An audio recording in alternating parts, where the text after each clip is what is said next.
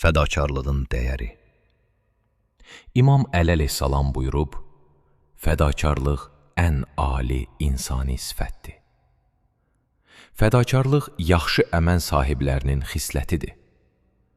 Fədakarlıq yaxşılıqların ən gözəli və imanın dərəcələrinin ən üstünüdür.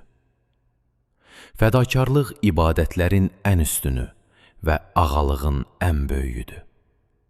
Səxavətliliyin ən üstünü fədakarlıqdır. Başqaları ilə insafla, möminlərlə isə fədakarlıqla davran.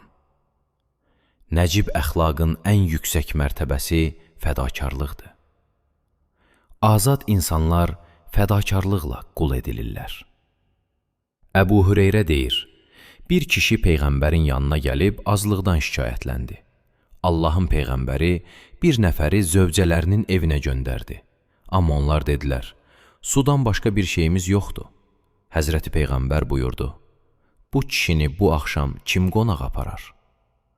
Əli ibn Əbu Talib dedi, ey Allahın Peyğəmbəri, mən onu qonaq apararam.